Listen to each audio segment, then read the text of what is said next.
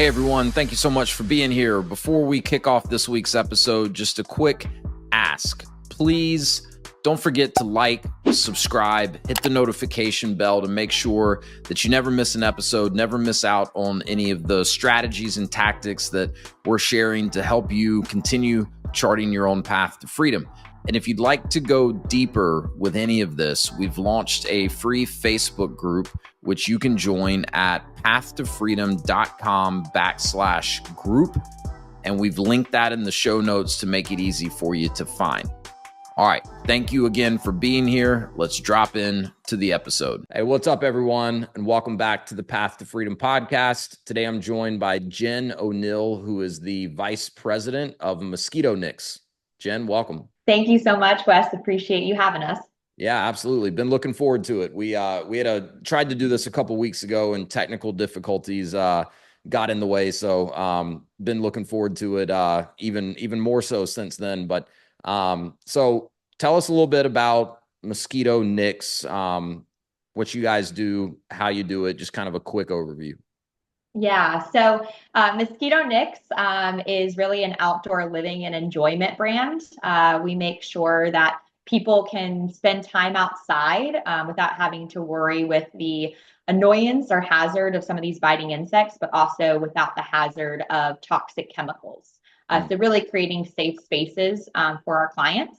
That, also comes along with holiday lighting and decor. We've been doing all of this for over 20 years, our holiday lighting and decor for over 18 now. So, yeah, it's been a really fun ride. We were a closely held family company for 20 years, and then we started franchising back in January of 2024. So it's still, a new franchise concept in that regard, but really kind of our main point of differentiation is we install technology, an actual Mosquito Nix insect misting system to get rid of the insects. So instead of using a lot of labor and a lot of trucks on the road, we're really utilizing tech, which is quite odd in the pest control industry, but utilizing that to better serve our clients and overall the environment. Yeah, it's really interesting because you guys do it differently than most of the other pest control companies out there, which I find very unique. And there's a lot to like about it. Some of those things you just mentioned, less labor, less trucks, less vehicles, all of that, which we'll dive into more. But so 20 years, this has been a family business. So tell us a little bit more about the technology. Like, has this technology been around for 20 plus years, or did the company kind of evolve into using this technology? Yeah, so the actual misting systems have been around for like over 75 years. They started in West Texas in the horse barn industry to get rid of horse flies. So it's not a new concept, kind of like Chick-fil-A didn't then create the chicken, they created the chicken sandwich, kind of same thing. My father-in-law really got introduced to these misting systems. He had an insurance background that is, very focused on reoccurring revenue. And he said, I can bring this technology to the residential homeowner space and create reoccurring revenue and create, enjoyment for homeowners by utilizing and deploying these systems. So that's kind of how the concept came about. He was, at the time buying from a supplier and seeing a lot of product failure. And so, a couple years in, back in 2005, he decided to make a large investment in the company and really created our product company, where now we are the only company that makes, installs, and services our own misting systems with our own Mosquito Nix solution as well. Okay. And so is this exclusively for residential, or are you guys able to go into commercial settings as well? Yep, we're able to do both. So that's kind of one of the beauties about the business model is, obviously year-round reoccurring revenue, but also it can be a B2C and a B2B play. So really, tapping into that residential sector, but also that commercial sector with, assisted living facilities, hotels, restaurants, resorts, golf communities, just the options are really endless. Yeah. No, that makes a lot of sense. We live at the coast and, so certain times of year, like as soon as the sun starts going down, the bugs come out. And if you're not protected in some way, if you're not doing something to combat that, I mean, it doesn't matter how nice of a view you have, you're not going to want to sit out there and enjoy it because it's miserable. And so, yeah, there's almost endless commercial opportunities for something like this too. Yeah, for sure. I mean, I grew up playing golf, and so I was constantly outside, and it's amazing how much these little insects can ruin your experience. Whether it's at your home or you're paying to be outside in an environment, you want to be able to enjoy it. And so that's been part of the fun is, seeing these beautiful outdoor spaces, but also making them a space that people can truly enjoy. Yeah. So at this point, Mosquito Nix, you guys manufacture the equipment or the technology, and this is actually installed at a client's home or place of business. And then you have your own proprietary solution that the technology, which is one of these misting systems, is actually spraying out. So the recurring revenue is they continue to buy the solution from you because obviously it doesn't last forever. Yeah, that's correct. So we make all of our misting systems through our products company, which is in Dallas, Texas. So we're very proud to make everything in the USA as well. And then those misting systems are installed. It takes about a day to install most of the installations, and then they're serviced. So from a franchisee perspective, they get that reoccurring bill every single month. And what's cool is the technology actually alerts the franchisee of when it needs to be serviced because there is a level tracker. So again, it really helps to keep that labor and truck investment very low because you're really just going out to the home when the home actually needs to be serviced. Yeah, so you're going out to refill the solution, and that needs to happen about once a month typically. A little less than that. So it depends on the size of the system. Obviously, a very large area, is going to need to be serviced more frequently than a smaller space. But on average, we're out at most properties every about 45 to 60 days. Okay. But still, that reoccurring billing is a monthly bill. So it keeps financials always kind of like looking very consistent, which is nice. It's really a snowball. So, the faster you ramp up those misting system sales, and it doesn't require a lot of customers to really make a profitable business. But as you acquire those, we have most of our offices have a 98% customer retention rate. So they're just kind of adding to that reoccurring revenue every single month.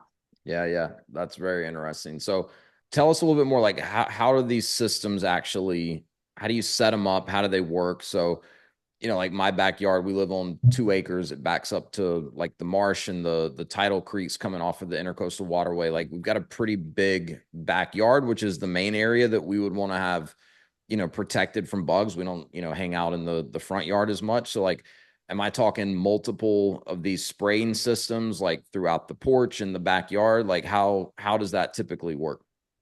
Well, Wes, your space sounds beautiful. So I'm sure you definitely like to enjoy that a lot. One of the beauties of Mosquito Nix is that we actually do all the sales for our franchisees.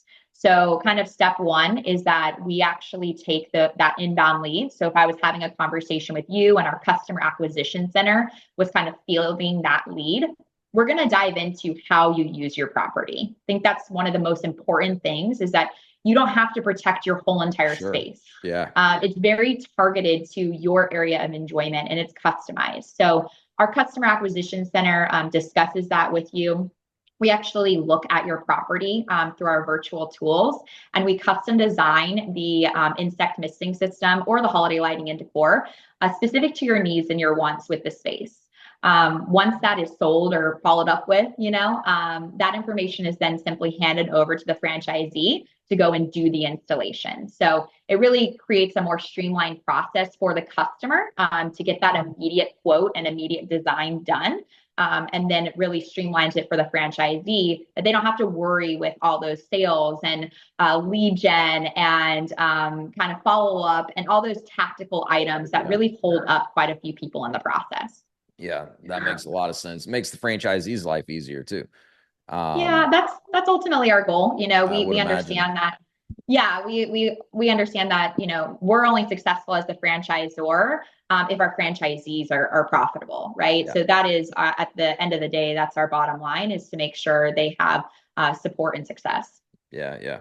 Everyone, we'll get right back to the episode, but I wanted to quickly share a free resource with you. If you're curious about franchise ownership and want to learn more about how countless people, including myself, have leveraged franchising as a way to create more freedom for themselves and to take control of their livelihood, I've put together an ebook. It's called Franchise Wealth Creation, and it's the perfect starting point for anyone that's just curious to learn more about this whole franchise thing and how I've helped hundreds of other people navigate all the steps involved in understanding and researching franchising.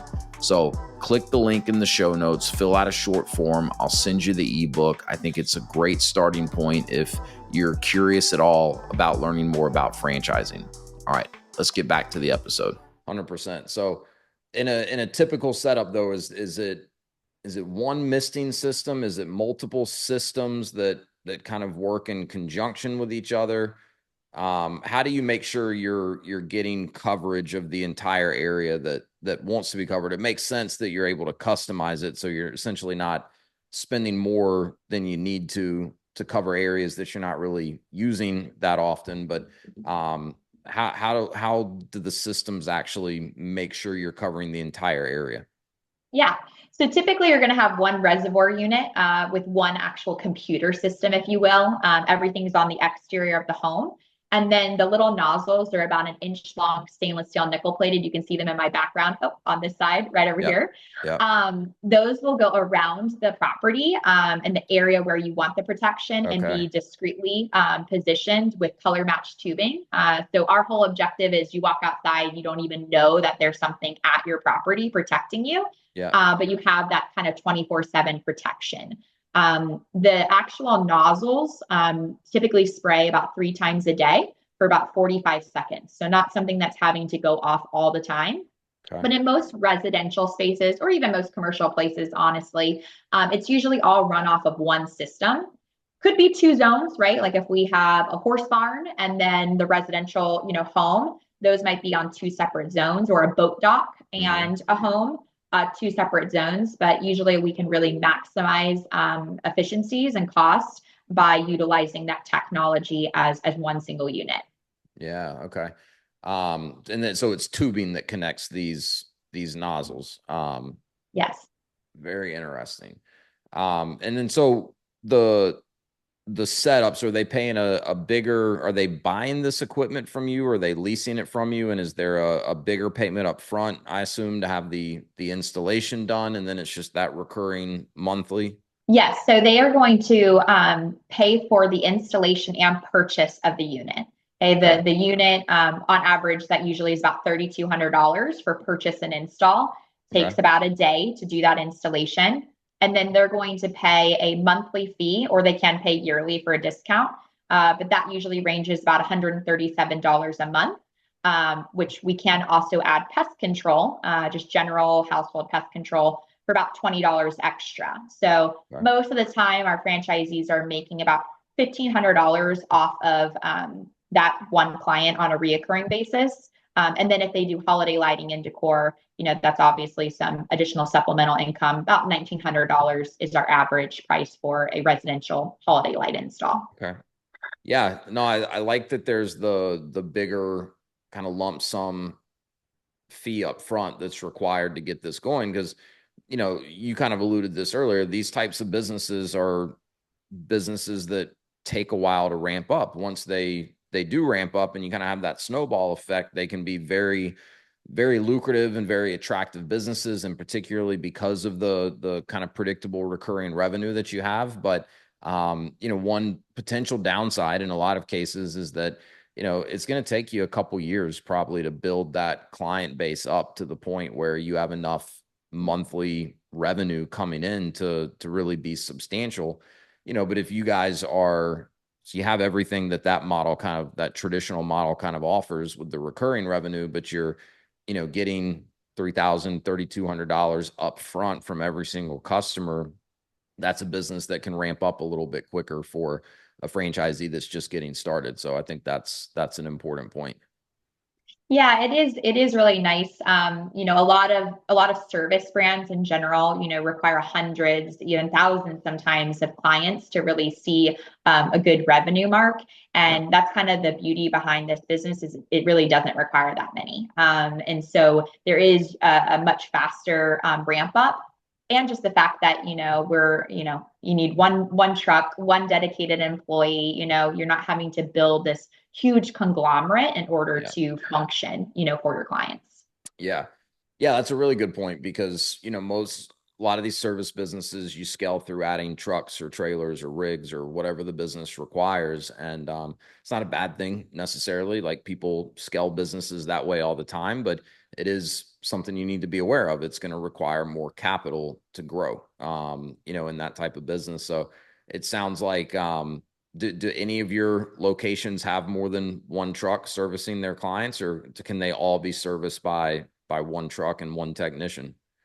Yeah, so I'll give you a frame of reference. Like our Jacksonville market, if you pull our FTD and you see that those numbers, we did about 1.6 million in revenue in 2023, and that was with 5 employees. One was the manager, so 4 active people out in the field.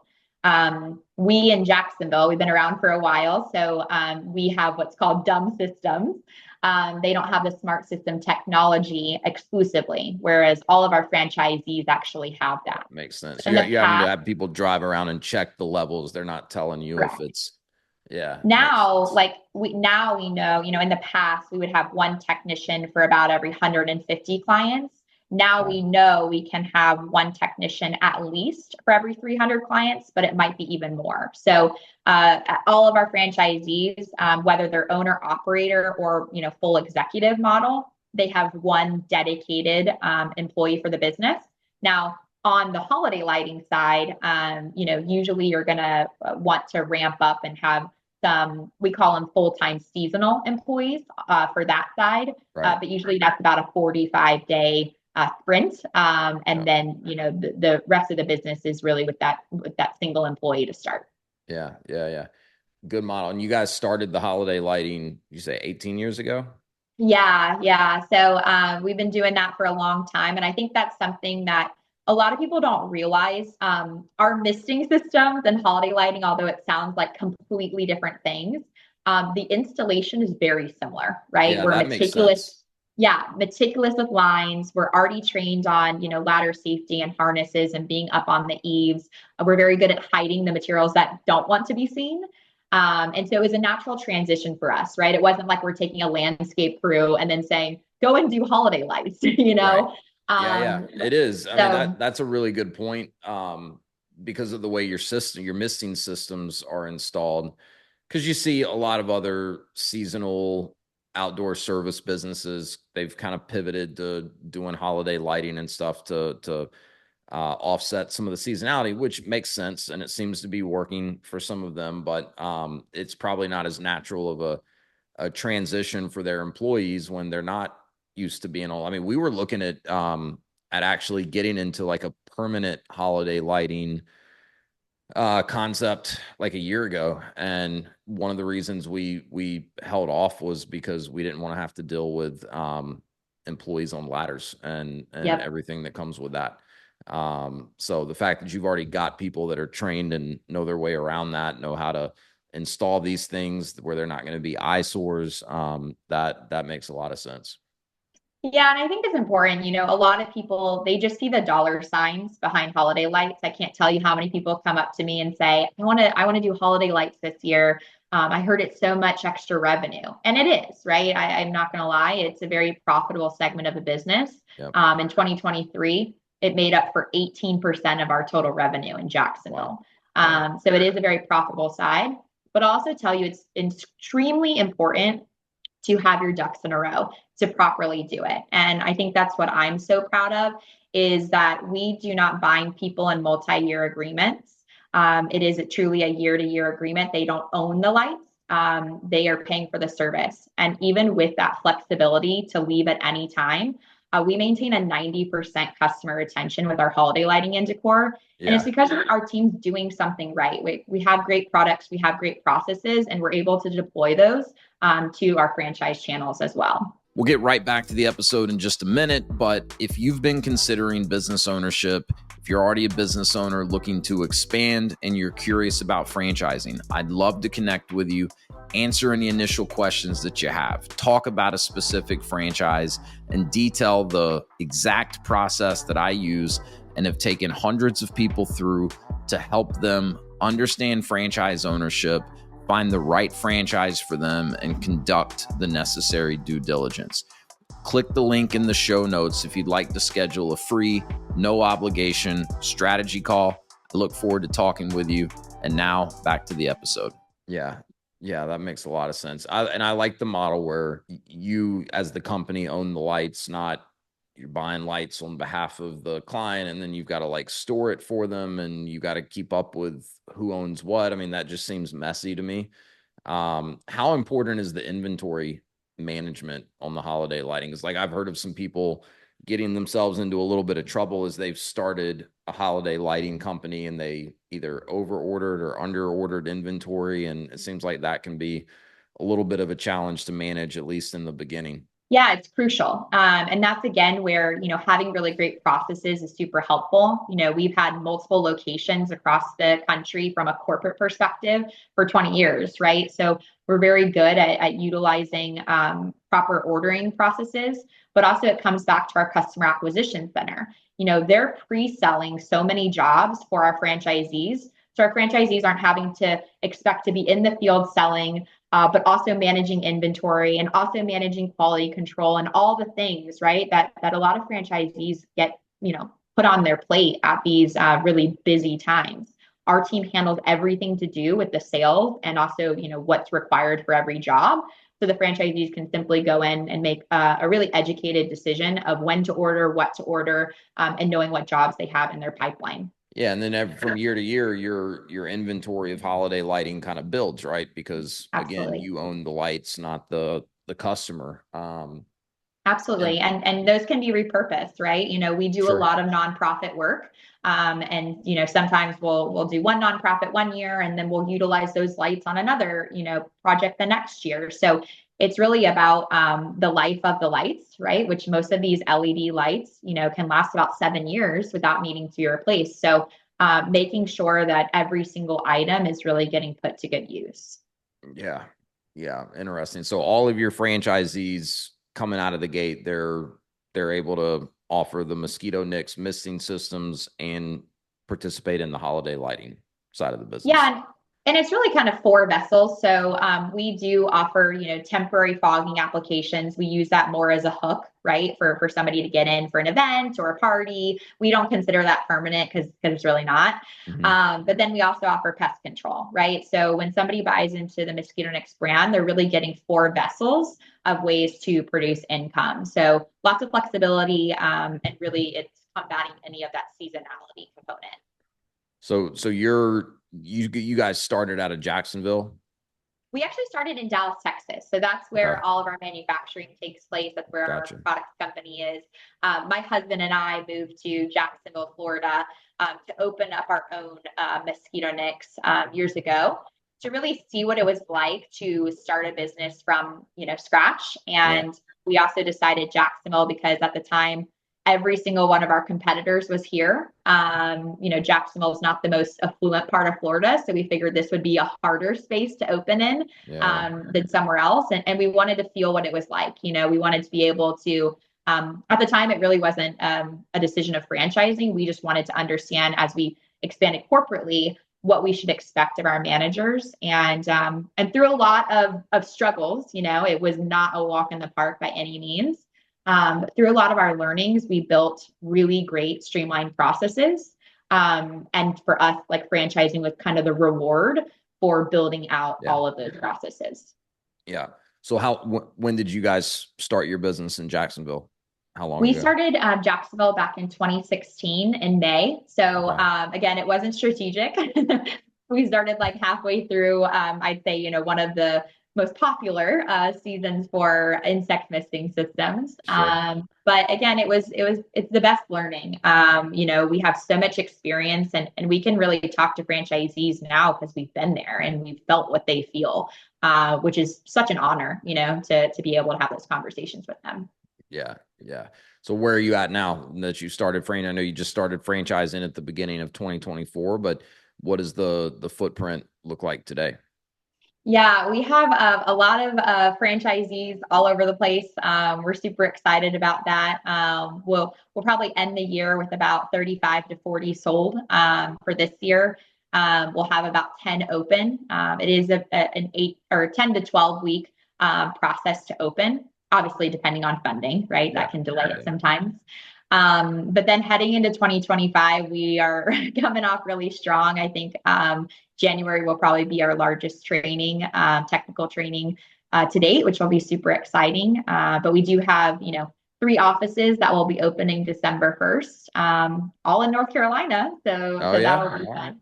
fun. But yeah, it's all over, which has been most exciting. It's not something that's just to the south or Yeah. a lot of different offices. So Yeah, no, that's exciting. That's a heck of a first year for sure. And it looks like you guys are really poised to hit the ground running in 2025, which is exciting. yeah, I mean, it really comes with our partnerships. So, we haven't touched on yet, but we know Mosquito Nix very well. Our family's very invested in this, but we didn't know franchising, right? And Right. we're still learning that. But when we decided to franchise, we knew we needed to partner with the best of the best in the franchise space. And that is why we partnered with Brand Worth, Hmm. which really helps to build and incubate and grow franchise systems. Yeah. They have over 500 years of experience in that. So it allows, our systems to scale at a much faster pace and really support our franchisees in the best way possible. Yeah. And I'm glad you brought that up because I have this conversation all the time with people because I think the natural tendency is you look at a franchise, oh, they've only been franchising for a year, therefore this must be a riskier opportunity than the franchise that's been around for 10 years or longer. And that's not always the case. And so like one of the first things I always look at, as a consultant when I get introduced to a new brand is, okay, who's the leadership team and what's their background and what's their experience? And if they don't have any franchise experience, were they smart enough to partner with people that did? And so, in a lot of ways, what you guys have done with Mosquito Nix, you kind of bring together the best of both worlds because, your husband, the family has all this experience, right? So you're experts, the business inside and out. But the franchising thing was new to you. So you went and partnered with some very experienced, very capable people that are in the business of helping incubate and build franchise companies and do it the right way. So that's a really good scenario that you don't see with so many of the kind of emerging franchise companies that are out there. Because a lot of times the founders just kind of say, "Hey, we'll figure it out as we go." So I'm glad that you brought that up. It's a unique dynamic that you guys have created. Well, thank you. Yeah, we find it to be really important, and also our relationship with Brand Devco, which really Mhm. is, how we grow the franchise system. We want to bring the best of the best people into the Mosquito Nix family. Because again, this is a forever thing for us, right?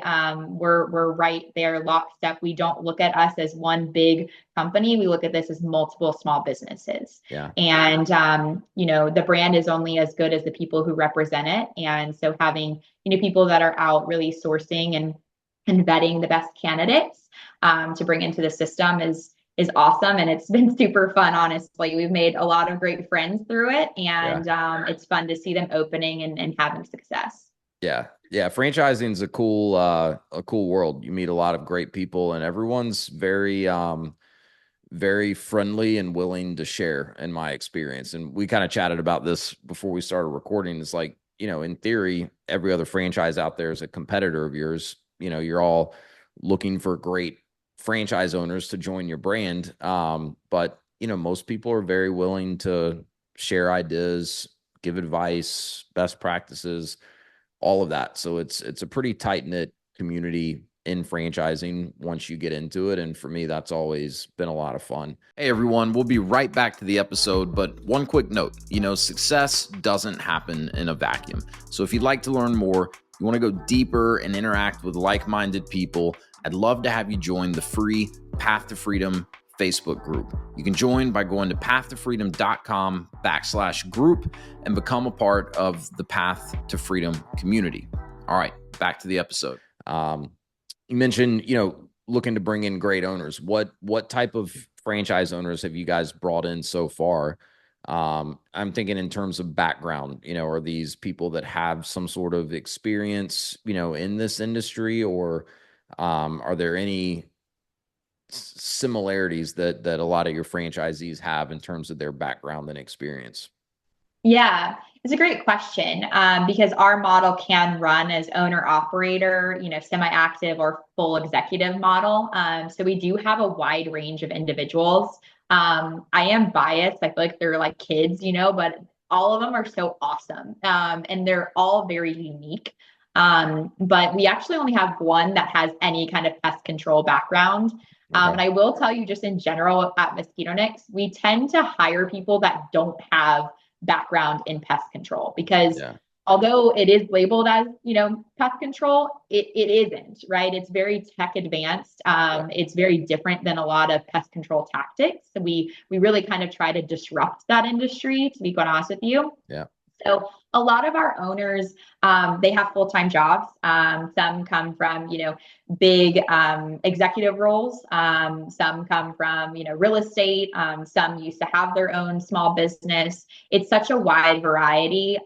But I will say one skill set that I think helps our owners to really jumpstart in the process is having some type of community built in the space they're opening. We do have a couple of people who moved across the country to open in new spaces, and they're crushing it as well.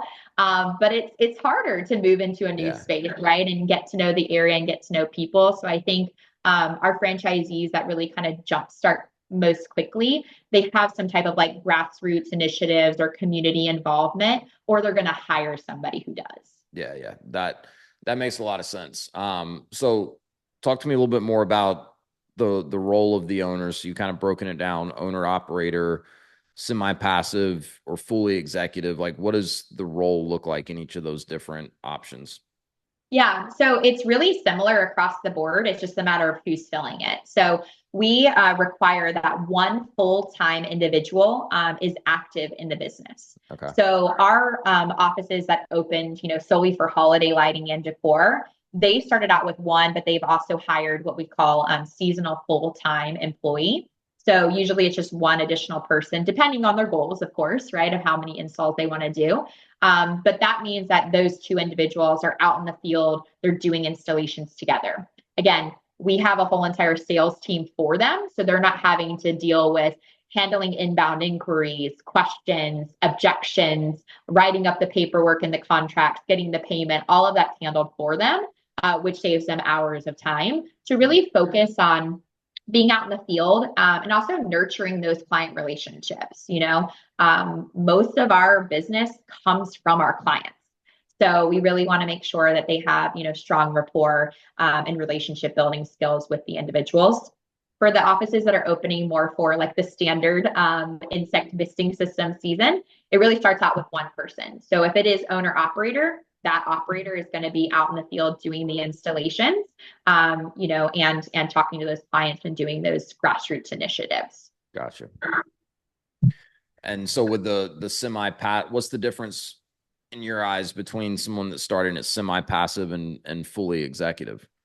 It's just the type of skill sets that they are needing to find in their what we call a service manager. So for someone that's fully removed, you want a service manager that does have good rapport building skills, that will go and do those community events, that is capable of managing, the books and the accounting and some of those back end processes, which we have a ton of items in place to assist with, but really just kind of like managing that inventory. If you're more semi-active, depending on what your skill set is, right, you might be able to take one or two of those items off the plate and really focus on maybe just an installer or just a service technician kind of mentality. Yeah. So that's really where we help guide and coach our franchisees as to what are their skill sets, what's their time allow of them, and then helping them to staff accordingly. Okay. Yeah, that makes good sense. So what else? So pretty low staffing model to start, especially for someone that's able and willing to be an owner operator or semi-passive. What other infrastructure is needed in order to be able to launch the business? Yeah, so a storage unit, that's how we run our businesses, and a vehicle. Obviously, products, and inventory is ordered, but those are really the main objectives and main things needed. We have a whole entire marketing team that assists with all those pre-sales. So again, it's about a 10 to 12 week open timeline. But since we do the selling for our franchisees, we can actually sell the second they sign their franchise agreement, which is a little bit unique Like in that. this Yeah. sense too. So our, main objective is to build brand awareness, drive leads, and then close those leads so that the franchisees are really set up for success. Yeah. Yeah. From an inventory standpoint, are they ordering units? I mean, it sounds like this is pretty universal in terms of the application of the misting systems. I guess just the number of the amount of tubing, the number of nozzles is going to vary depending on the size of the job. So are franchisees buying inventory ahead of time and storing that inventory so they kind of have it on hand, or are they taking an order, then ordering the inventory where they can kind of cash flow the whole job? Yeah, we do not believe in sitting on a lot of inventory. Okay. Really just kind of making sure you have enough where if you get a call, to go and do a job and you don't have it on the schedule, then you will. But one of the biggest things that we do is coaching them on when and how to manage that inventory. And again, we have so much experience, in doing that. And our products company really helps to streamline that, right? Even during COVID, when so many people were trying to find product, trying to find solution, we didn't skip a beat. We grew, extramentally during that time. And it's really just because our product company was able to, constantly deliver. So it's a beauty behind not having to pre-order a bunch of items. Yeah, no, that's huge. And also I would imagine buying direct, from the product company, you don't have third parties or middlemen that are, marking it up and marking it up. So I imagine it keeps the franchisees margins pretty decent on the product. Yeah, absolutely. Yeah, that's a strong focus point for us. It's really why our products company exists, right? Is to support our market. Sure. So do you guys sell the misting systems to anyone other than Mosquito Nix franchisees? No. Yeah. Yeah, that's one of the franchises we own is similar. We have a custom product that we sell. We buy it directly from the manufacturing company that the franchisor owns, and they only sell it through the franchisee network, and keeps our cost of goods really low. It's a good cash flowing model because it's all order on demand. We take deposits up front because it's custom. Like it's a good model. That's awesome. Yeah, it's the best model, right? When you're Yeah. doing business to really support the people, that are receiving the product and providing the product. That's when you're doing something good. Of course, we all want to make money, but Sure. at the end of the day, it's really over the franchisee success. Yeah. And then, so what does this thing look like at scale? I know most of your franchisees are first getting started. And I think you touched on this a little bit earlier, but so you and your husband's business in Jacksonville, how many employees and how many vans did you say? Yeah, we have 5 actual employees in Jacksonville, 4 people that are out in the field. Okay. So, 4 vehicles there. What's crazy is that my husband and I have been, completely removed from that business for a couple of years now. Yeah. So, really focusing on franchising. Franchise. As you Yeah. know, Wes, you don't just go, oh, I want a franchise. Let me start that. It's a multi-year process It's a to lot make of sure work. you're set up for success. So we've been doing that, and that's been our sole focus for the past few years. And then now, I run operations for our franchise system. My husband's president of the company. We have a ton of other team members. Our org chart is about 65 people big, with our partnership with Brandworth and Fran Devco. So it really does give us this, vast opportunity to support franchisees in a way that most systems, really just don't have. So very grateful for that. Yeah, no, it's a huge start, for most companies that are not even a full year into franchising don't have that type of infrastructure and that type of an org chart yet. So, that's something to really highlight. Talk a little bit more about the acquisition center, the sales center, because this is different than what you're going to see in most service-based businesses. And I talk to a lot of people that are a little hesitant to get into a business that's like too sales intensive. And, like a lot of these home service businesses, there's an in-home sales component. You're going into a pretty warm sales opportunity, but like, you as the franchisee or someone on your team still needs to go in, run a sales appointment, try to, give pricing, try to close the business in the customer's home. That's a dynamic that, takes a certain type of person to be able to really do well in that type of a setting. So sounds like you guys are pretty much doing all the sales for your franchisees. So tell us a little bit more, like, what does that look like? Because that's a big deal. Yeah, it is. And it's been one of our biggest selling points, as you mentioned, even for salespeople. So it's pretty funny. We have people that came into our system, even some of our franchisees actually own sales businesses. Mhm. And so it's been funny to see the different reactions to the fact that we do all the sales. But ultimately, it came from our own experience in Jacksonville. So I like to talk, right? I'm not a salesperson, I don't have any sales training. But I love to talk to people. And in Jacksonville, we found that, I was going to, multiple homes a day, but really only like 3 to 4, because that's as many as, we could fit into a day. Yeah. Backlog with follow-ups, driving all over the place. And, we were getting lots of opportunities. Everybody knew who we were, but we simply weren't just closing, that many deals. And I think it's because I just didn't have the sales training, right? I didn't have the objection handling for this specific business. Mhm. And like you said perfectly, it takes time to build that, not only sales knowledge, but like specific to the product and Yeah. industry that you're selling. And so it was kind of a fluke, but in 2019, we were at a boat show. And long story short, we had a ton of inquiries. And I was like, how are we going to get to all these in a quick time? Because, at trade shows, you have to capitalize on those leads quickly. Yep. And so we just started saying we do all our consultations virtually, even though we didn't have it built out at the time. And so that night after the trade show, I went home and we started building out a very simple form of virtual selling. And we closed more deals than we've ever closed from Wow. a trade show. We started to see, maybe there's something to this, even though we were convinced that we like needed to be at the home to sell at that point still. And so we did virtual sales in Jacksonville for a whole year before we deployed it to any of our other markets. And what we saw is that our selling price increased, our sales cycle decreased. So we were selling more quicker. And our clients were absolutely ecstatic, right? Even the people that at first were like, wait, you're not going to come out to my house. They Yeah. love the flexibility, right? That they could jump on a consult for 15 minutes when it's easy for them and their spouse, right? Their spouse could be at work and, Yeah. one could be at home or traveling or whatever, and they could both see the same presentation. So you're And doing this like so, via Zoom? yeah, a Or platform similar to Zoom, okay. right? Yeah, Where yeah. So we're not able not a to, phone call. You're doing it where you can actually share product information, maybe some sort of yes, a demo of how it works. exactly. Um, Yeah, we share their custom design, when we're on the call. And that's something we could never be able to do when we were at the house in person. So it really turned into this, amazing thing. And after that year, we deployed it to all of our other offices.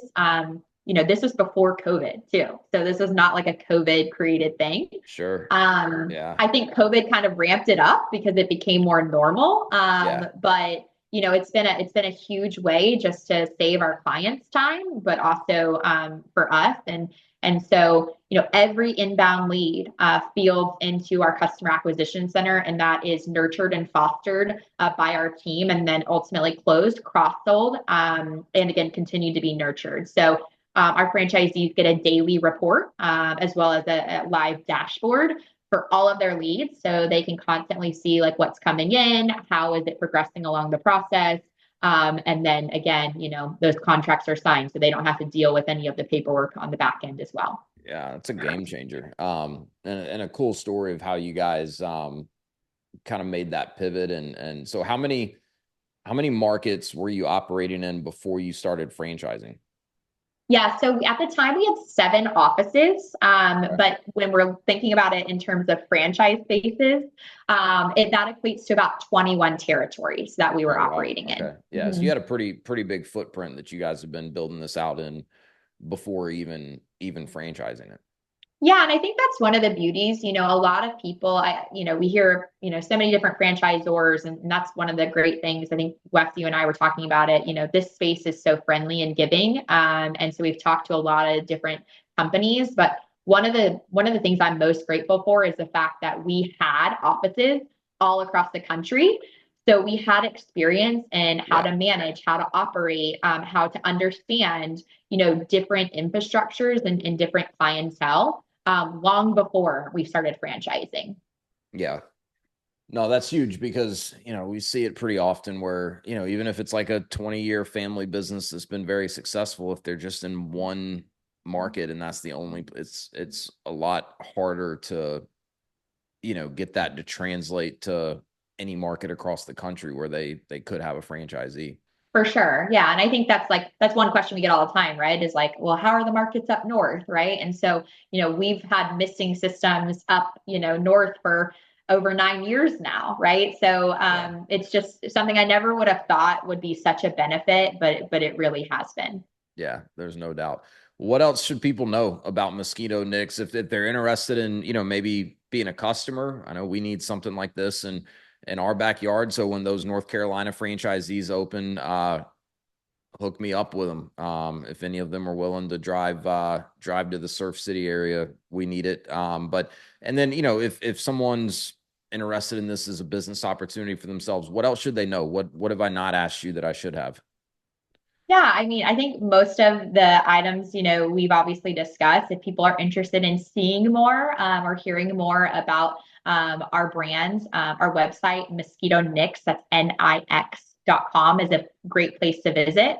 I'd also be happy to talk with anybody, and we'd love to, host you. Our headquarters is in Jacksonville, Florida. I'd love to host you to learn more about our brand and more about our systems. But I think, one thing that ultimately comes down to it is we're a family business.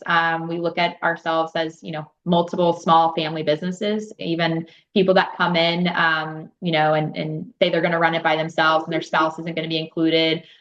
They are, right, and we recognize anything that one person puts time and money and attention into. It means that it's a family investment. And that's one thing that we fully support and are here to help facilitate. Yeah. Awesome. Very cool concept. Definitely a different approach to, the mosquito control, pest control, and even the holiday lighting business. So, Jen, thanks so much. We'll put links to the website and everything in the show notes to make it easy for people to find. But really appreciate you coming on and sharing about Mosquito Nix and the holiday lighting side of it as well. Awesome. Thank you, Wes. Appreciate you having us. Thank you.